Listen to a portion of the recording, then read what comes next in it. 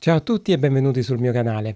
Per lavoro utilizzo da un po' il nuovo monitor di casa Atomos, il Ninja, chiamato anche Ninja 2, degno successore dell'arcinoto Ninja 5 e 5 Plus, con ora una nuova interfaccia e nuovo sistema operativo e alcune funzionalità come i nuovi strumenti di controllo dell'esposizione come EL Zone e Array False Color e Extra Codec. L'Atomos Ninja e il Ninja Ultra, l'Ultra ha alcune funzionalità in più ma sono almeno esteticamente identici, non sono solo monitor, ma anche dei registratori di alta qualità che possono rivoluzionare il nostro workflow. Andremo a vedere tutte le caratteristiche, i pro e i contro e capiremo perché potrebbero essere la scelta giusta per chi vuole elevare il proprio livello nella realizzazione dei video. Perché utilizzare un monitor esterno per le riprese? Utilizzare un monitor esterno durante le riprese offre numerosi vantaggi. Prima di tutto fornisce uno schermo più grande e luminoso rispetto ai display integrati delle fotocamere, migliorando notevolmente la visibilità e la composizione dell'immagine. Questo è particolarmente utile in condizioni di forte luminosità o quando si lavora in ambienti complessi. È utile anche quando dovremmo condividere magari con il regista quel che stiamo riprendendo. Capita che con una ripresa fissa su cavalletto si colleghi il monitor esterno e il regista accanto all'operatore controlla la scena ripresa. Inoltre un monitor esterno offre funzioni avanzate di assistenza alla ripresa, come il peaking per la messa a fuoco, Zebra per il controllo dell'esposizione e False Color per la valutazione della gamma dinamica. Ci sono anche funzioni come la registrazione pre-roll, timelapse indipendente dalla camera, il record assist che permette la schedulazione di riprese, impostiamo noi quando deve iniziare la registrazione, o la registrazione simultanea di un proxy. Queste funzioni sono essenziali per garantire che le riprese siano tecnicamente impeccabili e molto utili in alcuni ambiti di ripresa.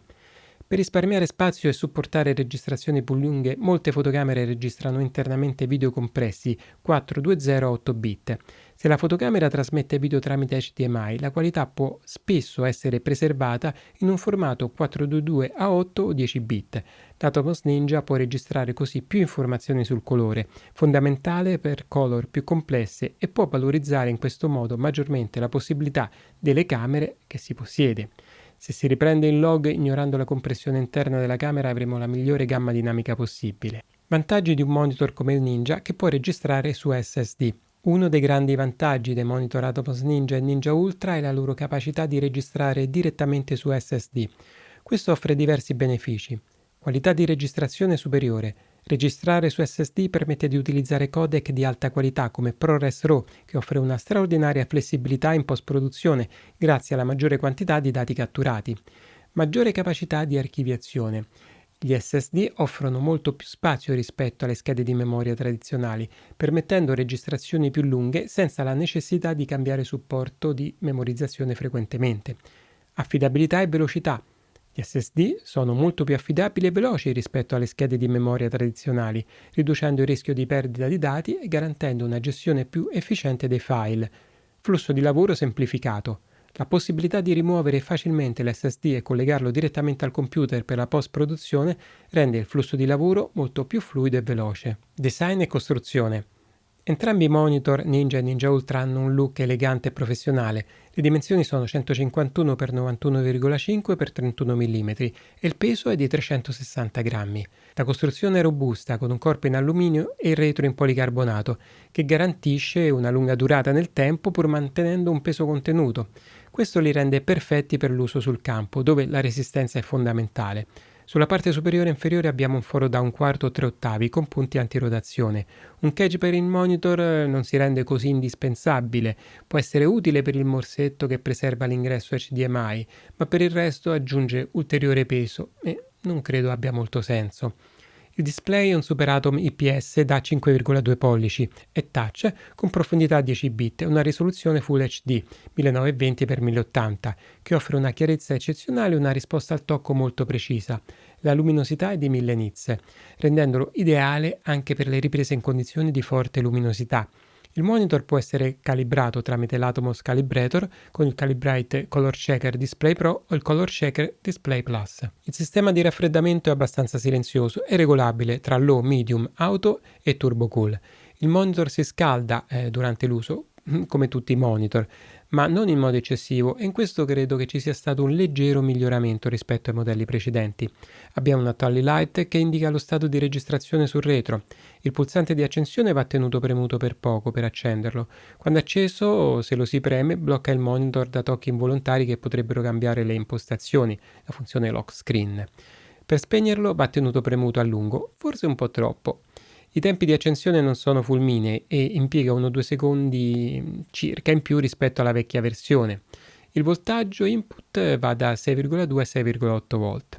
In input abbiamo un ingresso HDMI 2.0 e tramite accessorio opzionale anche SDI, con una profondità di 8-10 bit per video e 12 bit per il RAW, e un video chroma subsampling YCBCR 420 e 422. Una nota sul cavo di collegamento. Nella confezione non c'è, perché oltre a voler loro risparmiare, è pur vero che ognuno prenderà il cavo del tipo e della lunghezza che desidera e con i connettori di cui ha bisogno, mini HDMI o HDMI. Attenzione a prendere il modello che garantisce la trasmissione di dati che occorre, altrimenti potrebbero non funzionare. Io ho preso quello che garantisce il 4K 60p e ho preso quello loro originale a spirale. Costano molto, ma sono ben realizzati. Inutile comprare un monitor o uno schermo del genere e voler poi risparmiare sul cavo prendendo una schifezza che non garantisce l'uso corretto. I metadati come white balance, exposure index, shutter speed or angle, f-stop, ISO, gamma, gamut passano tramite HDMI o SDI. Con quest'ultimo sull'Ultra anche i file name per Arri, Canon, Red e Sony. In output abbiamo un HDMI 2.0 che esce con videochroma subsampling a 422 a 10 bit. Abbiamo un ingresso uscita audio da 3,5 mm a 24 bit 48 kHz, 8 canali in HDMI e 12 in SDI. Il timecode è supportato. Per la registrazione possiamo utilizzare Mastercard Serie 2 e Serie 3. SSD mini, CFast 2.0 tramite relativo adattatore e via network collegati tramite Atomos Cloud Studios. Io utilizzo e mi trovo benissimo con Angelbird Atomix SSD mini, costa ma funziona alla grande. Per connetterlo al computer ho comprato l'adattatore Angelbird tipo C a SATA che costa sui 35 euro. Caratteristiche tecniche. Entrambi i modelli supportano il recording ProRes RAW fino a 6K, 8K per l'Ultra. Questo significa una qualità di registrazione eccezionale, perfetta per i progetti più esigenti. Entrambi i monitor supportano HDMI 2.0 con l'opzione di espansione SDI per chi necessita di connessioni più professionali, come ho detto. Può riprodurre tutta la gamma logaritmiche e il gamut di lavoro delle camere più note e visualizzare ed esportare LUT caricate su monitor. I modi di monitoring sono Native, HLG, PQ, 3D LUT. Per quanto riguarda le risoluzioni del frame rate supportate, ce ne sono molteplici, a seconda di come registriamo. A titolo indicativo, il 4K RAW è registrato fino a 4K P60, il 6K RAW a 6K P30 e il 4K DCI o UHD fino a 60p. I codec supportati sono Apple ProRes RAW, Apple ProRes HQ LT422, Avid DNX HD e Avid DNX HR. Presto arriverà anche il supporto per MXF che utilizzo in ambito lavorativo e infine H265. Sono tutti attivabili gratuitamente. Il ProRes RAW si attiva se vi colleghiamo una camera che possa registrare in tale modalità. Interfaccia e uso. L'interfaccia utente è intuitiva e ben progettata, con menu facilmente navigabili. La risposta al tocco è fluida e precisa, rendendo l'uso quotidiano piacevole. Ci sono numerosissime funzioni disponibili e non le elencherò una per una. Ricordo solo che offrono funzioni avanzate di assistenza alla messa a fuoco e alla composizione, come il peaking regolabile su varie modalità e colori, zebra regolabili dal 50 al 105%, waveform, RGB Parade, Vector Scope, il desquiz anamorfico per visualizzare correttamente la ripresa quando si utilizzano le lenti anamorfiche. La Sony A7 IV per esempio non ha questa possibilità in camera di visualizzazione, a differenza della FX30, per cui quando utilizzo le lenti Surrey con la A7 IV necessariamente bisogno del monitor esterno. Abbiamo anche la funzionalità di false color in varie modalità, oltre a quella di Atomos, ovvero IL Zone System e ARRI False Color, che sono standard di settore.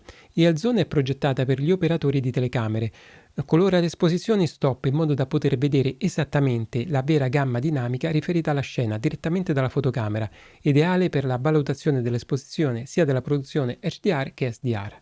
Una nuova funzionalità del sistema Atom OS 11 è Segment Pro. Praticamente possiamo decidere una dimensione massima del file, in giga o in tera, e quando il file che viene registrato raggiunge quella dimensione viene chiuso, aprendo un altro file senza perdere nemmeno un frame. Questo è utile in alcune produzioni, nel caso in cui ad esempio dobbiamo fare editing magari su un iPad e quindi non vogliamo dover gestire file troppo pesanti. Ci sono poi altre funzionalità accessibili a pagamento tramite Atomos Connect come la trasmissione NDI o Remote View, che però non uso e quindi non ve ne parlo. Come alimentarlo? Accetta batteria NPF L-Series. Le batterie devono erogare almeno una certa potenza, almeno 5200 mAh per ora. La durata stimata è di circa 2 ore per una batteria da 5200 mAh per ora e fino a 3 ore per una da 7800. Le batterie proprietarie Atomos sono batterie, nulla di più, ma sono ottimizzate e la carica mi sembra che la tengano meglio delle altre. Può essere alimentato tramite il Battery Eliminator tramite Jack DC. Sempre tramite il Battery Eliminator possiamo alimentarlo tramite il cavo opzionale collegato via DTAP a una batteria B-mount, per esempio. Può essere alimentato tramite USB, ma usiamo GAN che assicurino collegati a USB-C la quantità di energia sufficiente di almeno 30 watt. Se utilizziamo per esempio il caricatore fast di Apple, non si accenderà perché non è in grado di fornire la quantità di energia necessaria. Come montarlo sulla nostra camera? Abbiamo diverse opzioni. Per un uso minimalista, quando si ricerca il risparmio di peso e la maneggevolezza, possiamo attaccarlo alla slitta flash superiore della camera attraverso l'Atomix Monitor Mount. È leggero e ben realizzato. Consiste in una piastra che si attacca alla base del monitor e poi viene agganciata al mount. Di positivo c'è la velocità con la quale possiamo montare il monitor senza dover avvitare nulla, se lasciamo la piastra attaccata al monitor e il mount collegato alla camera. Il lato negativo è che l'aggancio alla slitta flash non ha sistemi di sicurezza contro lo sgancio accidentale, per cui bisogna prestare attenzione nel caso si allentasse e non ce ne accorgiamo. Ci sono anche altri mount, come quello della Small Rig, che si innesta sul cage della camera con un attacco solido e sicuro. Possiamo poi montarlo sulla top handle, ovvero la maniglia superiore, sia con una slitta flash, con attacco ARI o un attacco NATO. Quest'ultimo è pratico e veloce. Possiamo poi anche montarlo su una maniglia laterale qualora utilizzassimo un gimbal, magari sempre con un attacco NATO. Espandibilità del sistema Atomos. Il sistema Atomos è espandibile a seconda delle esigenze tramite Atomos Connect e Atomix Cast, ideale per streaming ed eventi live. Registrazioni in log. Un problema con le registrazioni fatte tramite il Ninja in log con varie camere deriva dal fatto che le immagini appaiono più contrastate rispetto a quelle registrate internamente, un po' meno log, e questo è visibile già se confrontiamo il display del Ninja con quello della camera. Questo è dovuto al fatto che c'è incomprensione sulla scala full range o legal limitata, poiché il Ninja considera il range legal quando invece è un full per le riprese in log. Se la gamma completa o full va da 0 a 1023 in 10 bit, quella legal va da 64 a 940. Quando portiamo il file registrato col Ninja in un software di editing, questo adatterà il file al range full, ma se era già full, questo provocherà un aumento della nitidezza e contrasto. In DaVinci Resolve è facilissimo. Basta dire al software che i file sono in full range, selezionare la clip, aprire Clip Attributes e nella scheda video in Data Levels selezionare Full. Con Final Cut o Premiere bisogna utilizzare l'AT di conversione oppure utilizzare la funzione Legalize attivabile sul nostro Ninja. Questa in pratica attribuisce il range legal direttamente in camera per risparmiare tempo in post.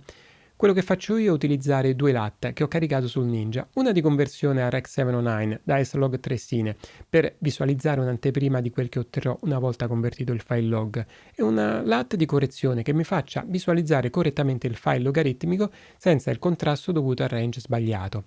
Se dovessi usare solo Final Cut Pro, per editare il materiale userei la funzione Legalize per risparmiarmi passaggi ulteriori. Un dubbio che molti hanno è se attivare o meno la funzione log HDR. Io non la attivo perché serve solo se si vuole processare internamente l'acquisizione in HDR. Come attivare la registrazione sul monitor dalla camera? La registrazione sull'SSD dal monitor può essere attivata dalla propria camera impostandolo nel menu. Possiamo scegliere se registrare solo su monitor o su monitor internamente alla camera e a seconda delle risoluzioni avremo varie opzioni. Una problematica con le camere Sony. A differenza dell'A7 IV, quando utilizzo in abbinamento col monitor la FX30 o la FX3 e voglio registrare simultaneamente internamente su SSD esterno, il segnale in uscita su HDMI è solo a 1080p e non 4K se registro in log.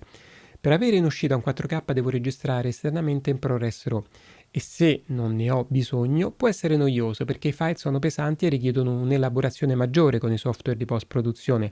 Al momento per esempio DaVinci Resolve non può gestirli e andrebbero convertiti, mentre in Final Cut non c'è problema. Questo problema si presenta solo nelle riprese in log e non con l'Asset 4. Pro e contro. I pro. Qualità di costruzione eccellente, supporto per ProRes RAW fino a 6K al Ninja e 8K al Ninja Ultra. Alta luminosità del display, può essere impiegato in esterno in condizioni di luce forte. Diversi monitor di fascia più bassa diventano pressoché inutilizzabili in certe situazioni, anche con paraluce. Funzionalità avanzate di assistenza alla ripresa, interfaccia utente intuitiva, fedeltà cromatica. Rispetto ad altri monitor di fascia più bassa hanno una riproduzione corretta e coerente dei colori e possono essere calibrati. Facilità con cui si possono caricare le LUT. Possibilità di registrare su SSD con molteplici codec, attivabili gratuitamente come ProRes e ProRes RAW su camere compatibili. Contro. Prezzo elevato soprattutto per il Ninja Ultra. Potrebbe essere eccessivo per i videomaker amatoriali. Consumano molto, per cui hanno bisogno di frequenti cambi di batterie per lunghe sessioni di ripresa o di essere collegati a batterie di tipo V-mount di grande capacità. Workflow per visualizzare correttamente le registrazioni in log. Monitor più batterie aggiungono sicuramente peso al nostro rig. Registrare in ProRes o in RAW dà notevoli possibilità di elaborazione dei file, ma a costo di un peso non indifferente dei file. Manuale online non esaustivo. Quale scegliere tra Ninja e Ninja Ultra? Come detto, esteriormente sono indistinguibili. La scelta è dettata dal tipo di workflow che adottate. Registrate in ProRes RAW, l'Ultra permette registrazioni in 8K anziché 6K. L'Ultra permette la registrazione simultanea dell'Apple ProRes RAW e dell'H265. Permette la gestione dei file name per i modelli di camera più noti tramite SDI. L'Ultra ha il Wi-Fi SE, l'altro il 6. Diciamo che sono queste le differenze tra i due. Ritengo che siano orientate a flussi professionali che il comune videomaker non utilizza frequentemente. La differenza di prezzo non è esigua, attestandosi sui 200 euro circa.